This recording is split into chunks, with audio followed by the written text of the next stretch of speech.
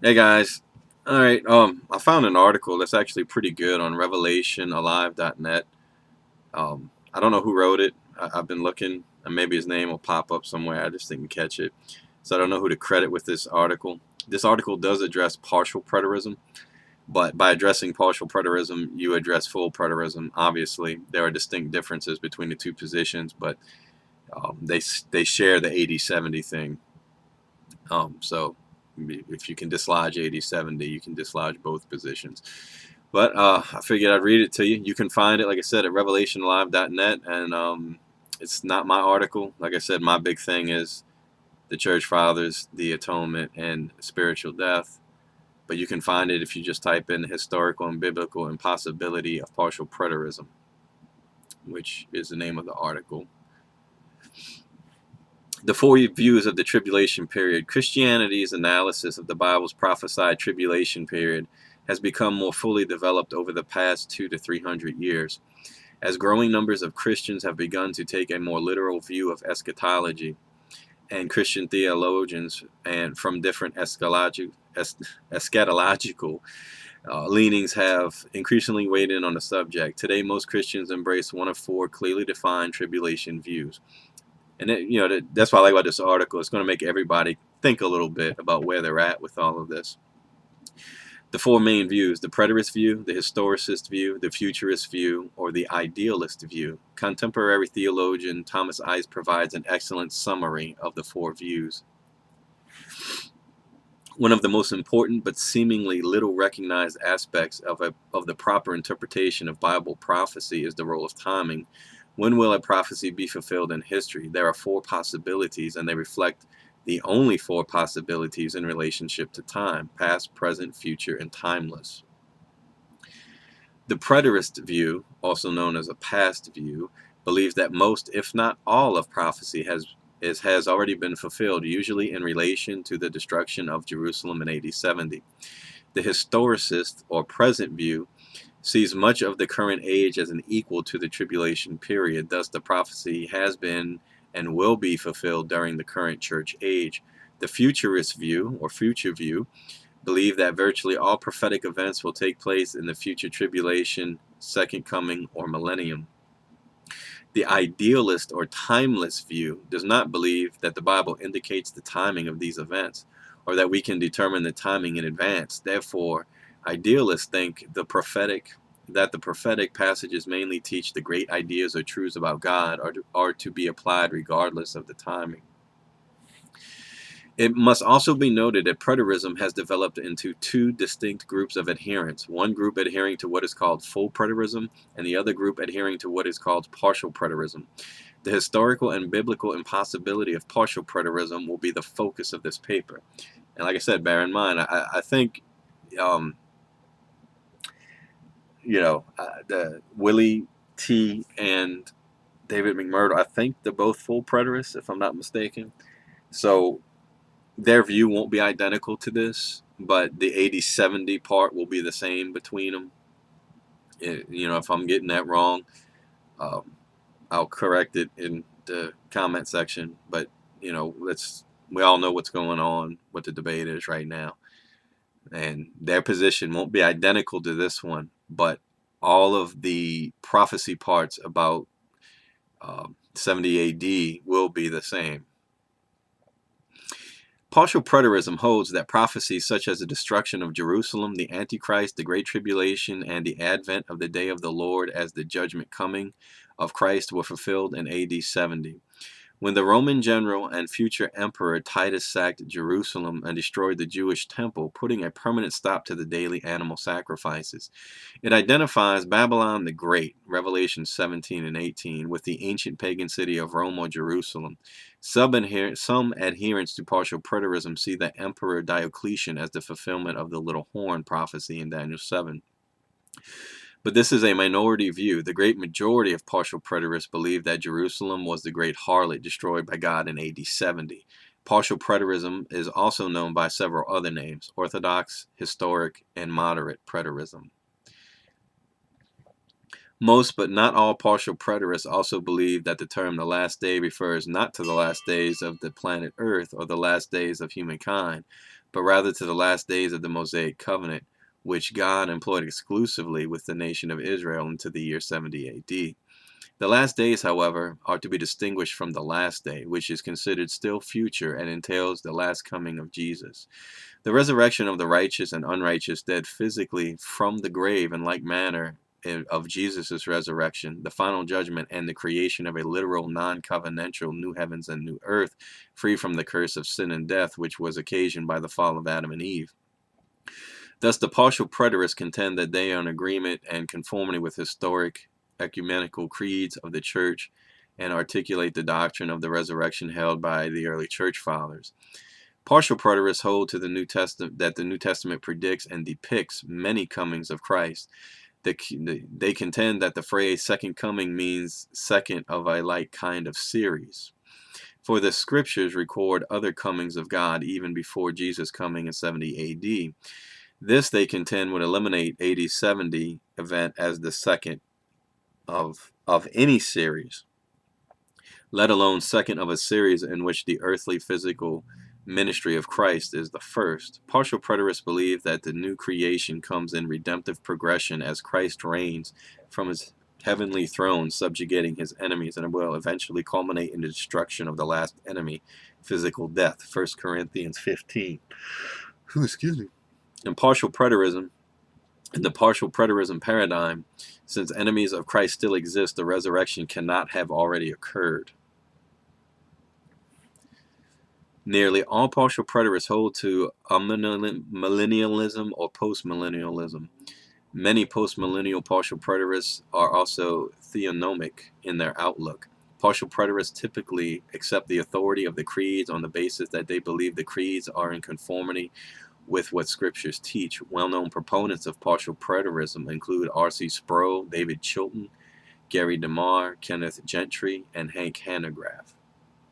Okay, like I said, this is in distinction to the full preterist position, but I think it will help everybody to kind of hear it, and 80-70 is the shared point between the two positions.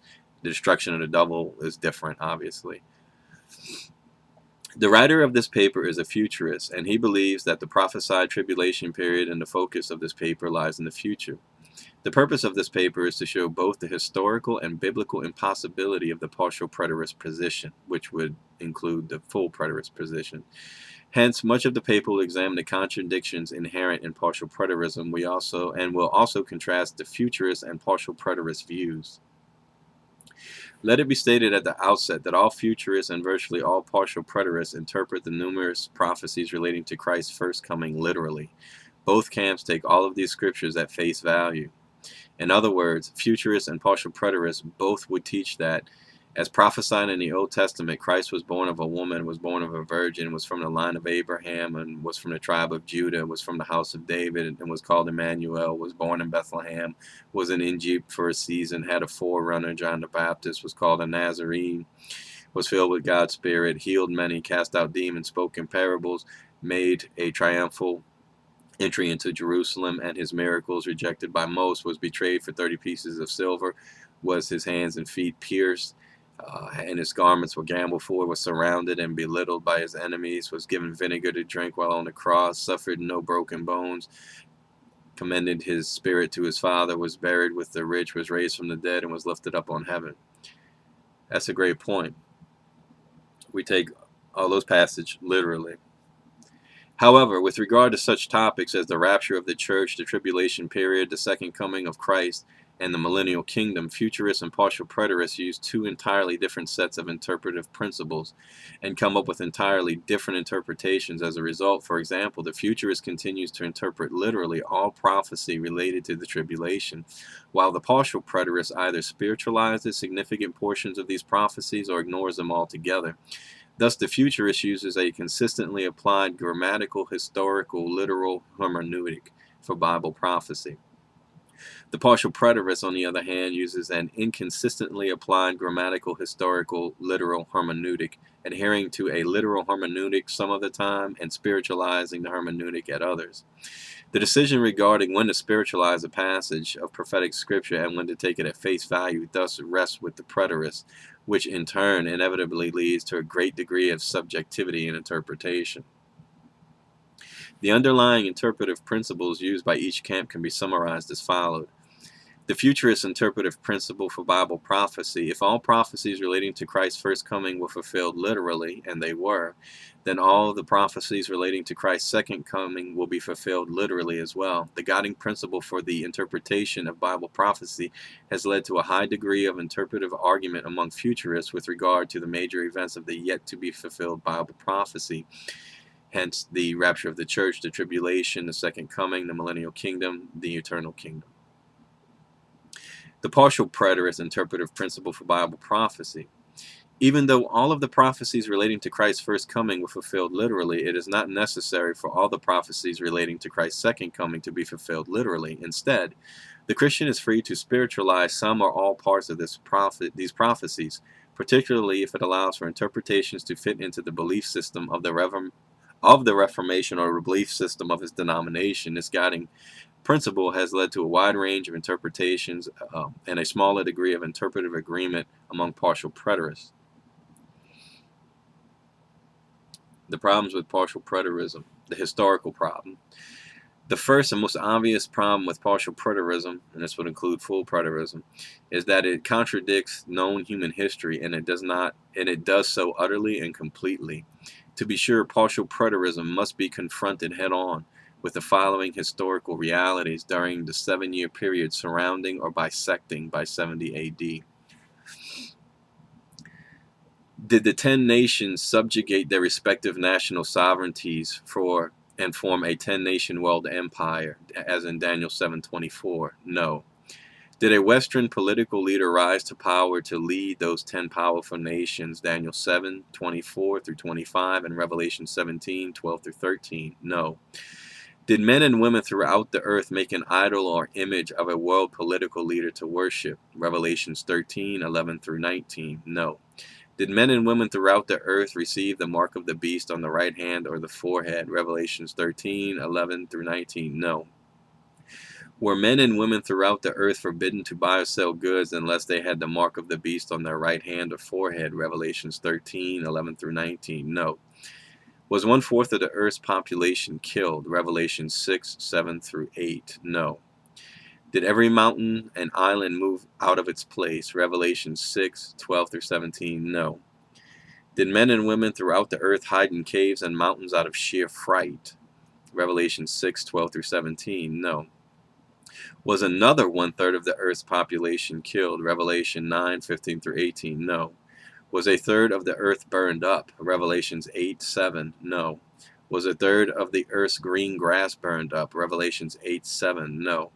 Was a third of the earth's tree burned up, Revelations 8:7? No. Did a third of the earth's seas become blood, Revelations 8:8 through 9? No. Did a third of the earth's sea creatures die, Revelations 8:8 through 9? No. Were a third of the world's ships destroyed, Revelations 8:8 through 9? No. Did a third of the earth's rivers and lakes become bitter, causing many men to die from these waters, Revelations 8:10 through 11? No. Was a third of the earth prevented from seeing the sun, moon, and stars, Revelation 8:12? No. Did 2 Jewish witnesses having the power to shut up the sky and smite the earth with every plague prophesy in Jerusalem for 3.5 years, Revelations 11:3 through 6? No. Did the Antichrist double-cross and destroy the apostate Christendom, or the harlot, Revelation 17:15 through 18? No. Did the Antichrist subdue 3 of his 10 heads of state, Revelation 7:24? No. Was the Antichrist empire judged and destroyed in 1 hour, causing wailing and lament among the earth's ships' masters and merchants, Revelation 18:9 through 20? No. Did the earth's ocean turn to blood and every living thing in the seas die, Revelation 16:3? No. Did the earth's fresh water supply turn to blood, Revelation 16:4 through 7? No. Did mankind find itself scorched with fierce heat, causing men and women throughout the earth to blaspheme God, Revelation 16:8 through 9? No. Did men and women throughout the Antichrist empire gnaw their tongues and blaspheme God because of the intense pain, Revelation 16:10 through 11? No. Did the Euphrates River dry up, enabling kings and armies of the east to gather in the northern Israel, Revelation 16:12 through 16? No. Did a worldwide earthquake take place in which all cities and all nations fell, Revelation 16:18 through 19? No.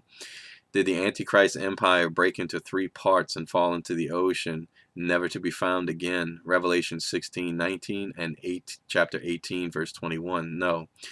Did Jesus Christ return bodily to the earth to the Mount of Olives? Revelations 19:11 through 16, Acts 1:11. No.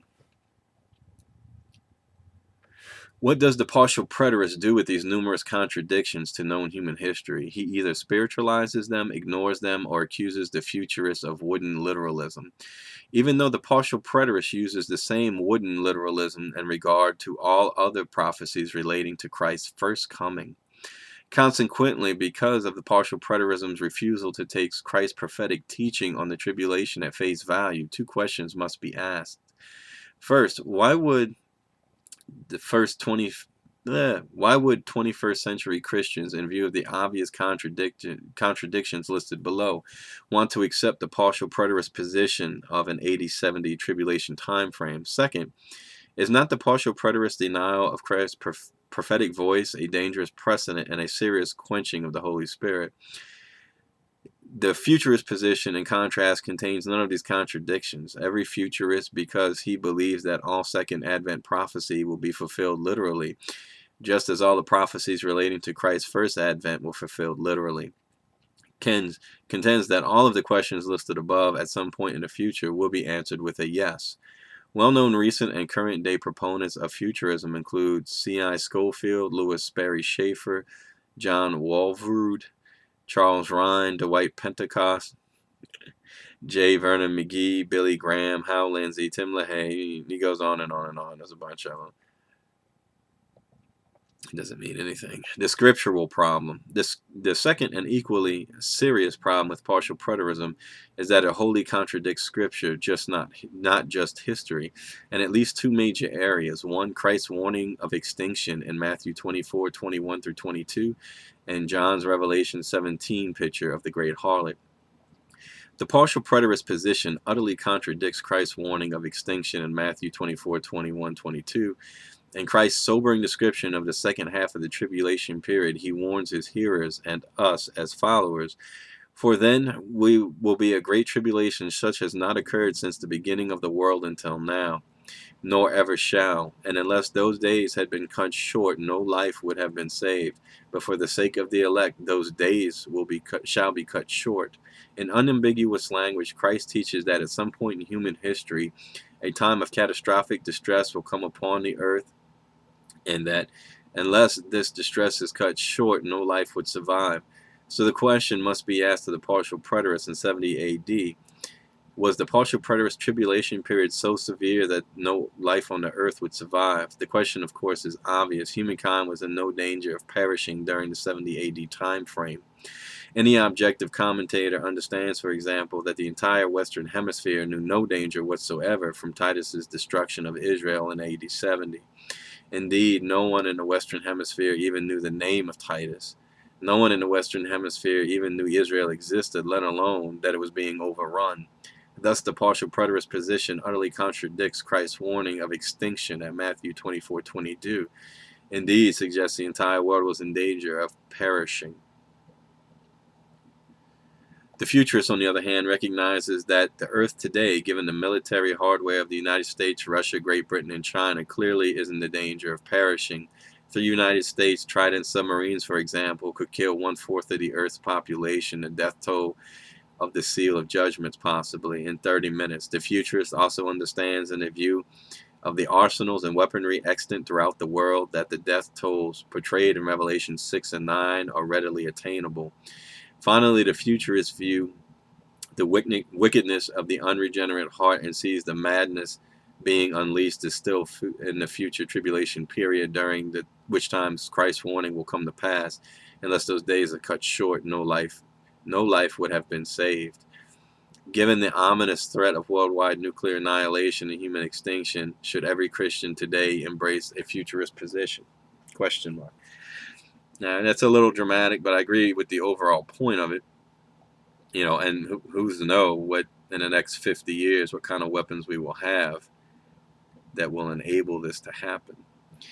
He continues, the partial preterist position utterly contradicts in 4 different ways the Apostle John teaching on the great harlot in Revelation 17. First, the partial preterist position does not correlate with John's description of the geographic scope of the great harlot in Revelation 17.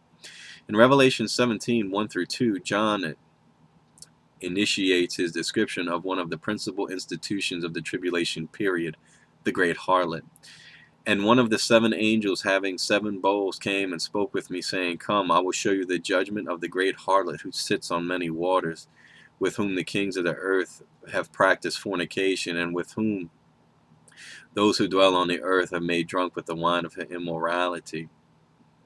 In the New Testament, post-Pentecost believers are called the bride of Christ. Spiritually, believers are united with Christ, he in us and we in him.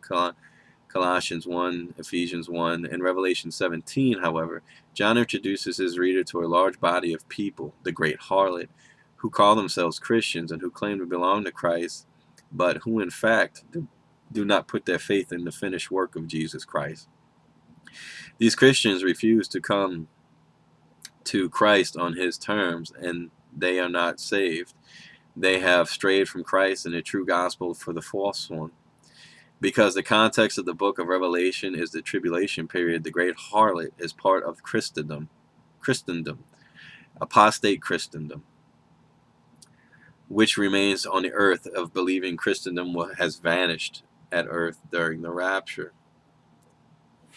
Of critical significance of the topic of partial preterism is the fact that John describes the great harlot as one who sits on many waters. The description reveals the apostate Christendom is widespread in geographic scope during the tribulation period and will be embraced by many people, particularly by those who live in the Antichrist empire.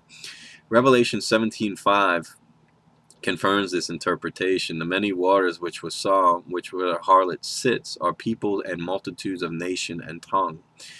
And it is here that the partial preterism encounters the first interpretive problem in Revelation 17. Today, nearly 2,000 years after Christ's resurrection, Christianity, be it Protestant, Roman Catholic, or Eastern Orthodox, has spread throughout much of the earth, the peoples and multitudes and nations of tongues.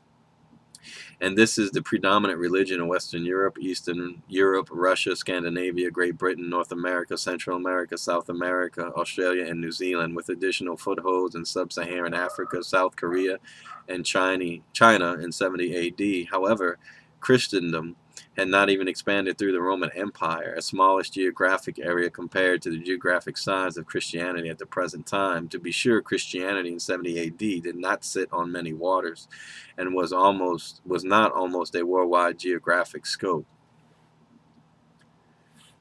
Note, most partial preterists interpret the great harlot to be Jerusalem rather than the apostate church, so the question must be asked, did Jerusalem sit on many waters in Revelation 17:15 and 70 AD? Obviously, because it sits on only one geographic location, it did not, thus rendering impossible the partial preterist interpretation of the great harlot. Let us ask ancillary questions. Did the Jews themselves sit on many waters in 70 AD? Again, the answer is no. Very few Jews lived outside of the Roman Empire, and none lived in the Western Hemisphere, again rendering partial preterism position impossible. Today, on the other hand, the apostate church does sit on many waters, including the nations and regions listed above. In short, the great harlot is the apostate church, not Jerusalem or the Jews. Second, partial preterism position does not correlate with John's description of the world political clout demonstrated by the great harlot. John in Revelation 17:3-5 shows the relationship between the apostate Christendom and the Antichrist empire and the true nature of apostate Christendom. And the angel carried me away in the spirit into the wilderness, and I saw a woman sitting on a scarlet beast, a beast full of blasphemous names and having 7 heads and 10 horns. Then the woman, clothed in purple and scarlet, was adorned with gold and precious stones and pearls, and had in her hand a cup full of abominations and the unclean things of immorality. John thus sees the apostate Christendom, a woman riding atop Antichrist and his empire, sitting on a scarlet beast. Here a picture of a large, influential Christian religious institution pridefully believing that it can usher in a new era of moral, ethical, and political advance within the structure of the Antichrist empire. The message of the apostate church will be social and political gospel. The woman had in her hand a cup filled with abominations, unclean things of immorality. Rather than the spiritual gospel of Jesus Christ, where the ultimate objective will conflict with the clear teaching of the Lord.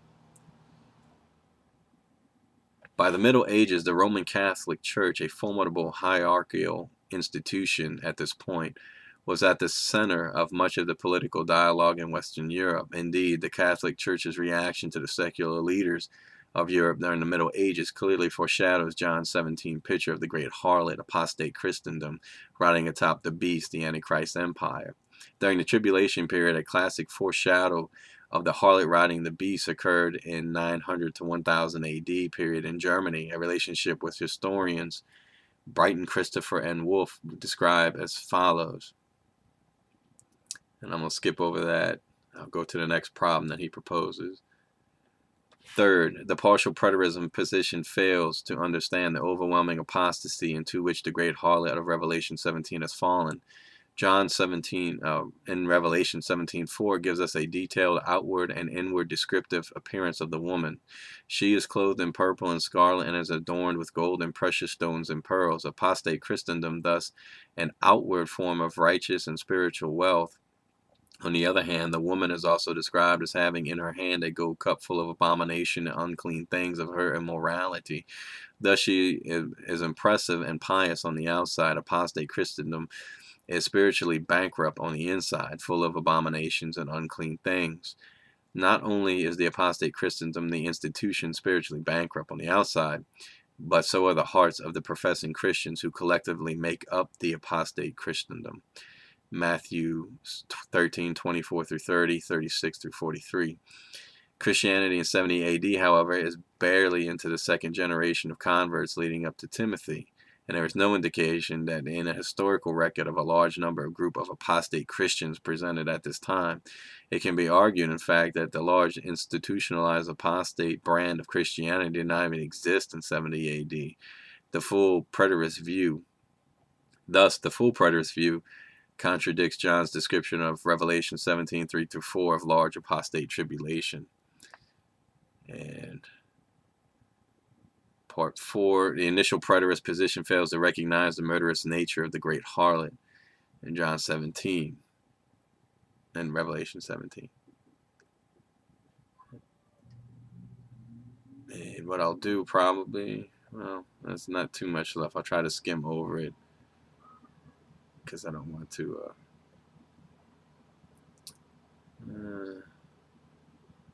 did that. Skipping that. Scriptural problem part 2. Another serious problem is partial preterism is forced to finesse Christ's declaration of immediacy in Matthew 24. The partial preterist position that granted tribulation took place in 70 AD, but that Christ's last coming is still future and utterly contradicts Christ's statement in Matthew 24:29 through 30 that he will return bodily into the earth immediately after the tribulation period. But immediately after the tribulation of those days, the sun will be darkened, the moon will not give its light, and the stars will fall from the sky, and the powers in the heavens will be shaken. And then the sign of the Son of Man will appear in the sky, and the tribes of the earth will mourn, and they will see the Son of Man coming in the clouds in the sky with power and great glory. So how does the partial preterist get around this contradiction? He is forced to spiritualize a 70 AD coming of Christ as a so-called judgment coming of General Titus of Rome to destroy Jerusalem and his temple in order to conform to the explicit language given in Matthew 24. Such a spiritualization, however, does not do away with the problems that there is no historical record which shows a time in human history, let alone 70 AD, when the sun was darkened and the moon did not give off its light, and the stars fell from the sky, and the powers of the heavens were shaken, and the sign of the Son of Man appearing in the sky. 2, that there is no historical record that shows a time in human history, let alone 70 AD, the entire population of the earth saw the Son of Man coming in the clouds with great glory. The futurists, on the other hand, can go to Daniel 12:11 through 12, verses 11 through 12, and determine that Christ will return bodily on the earth exactly 1290 days after the Antichrist desecration of the rebuilt Jerusalem temple at the midpoint of the tribulation. And from the time of the regular sacrifices abolished will be 1290 days. How blessed is he who keeps waiting and attains to 13:30 1335 days. Thus the futures contends that the 30 days after the first tribulation period, Jesus Christ will return bodily into earth with his elect, 1 Thessalonians 3, and his holy angels, 2 Thessalonians 1. The reader of Daniel 12 quotation can be sure that refers to the body return, Christian 5, Matthew 24, and I'll just read his conclusion. In conclusion, 21st century partial preterism contradicts known human history, rejects present-day military and societal realities, specifically the reality of the world's lethal military arsenals, and is in let's get down here. And is guilty of several clashing incompatibility of culture, all of which point to the future tribulation period of 7 years rather than AD 70. And 3, refuses to take Christ and John's prophetic teaching at face value, and it does so, it seems, on the sole reason of maintaining belief in centuries-old position in light of honest scriptural analysis, known human history, and the strength of today's military arsenals. So it's kind of in the vein. I skipped over a lot of material. Feel free to go read it, but it gives you kind of a glimpse at the more historical problems. But God bless.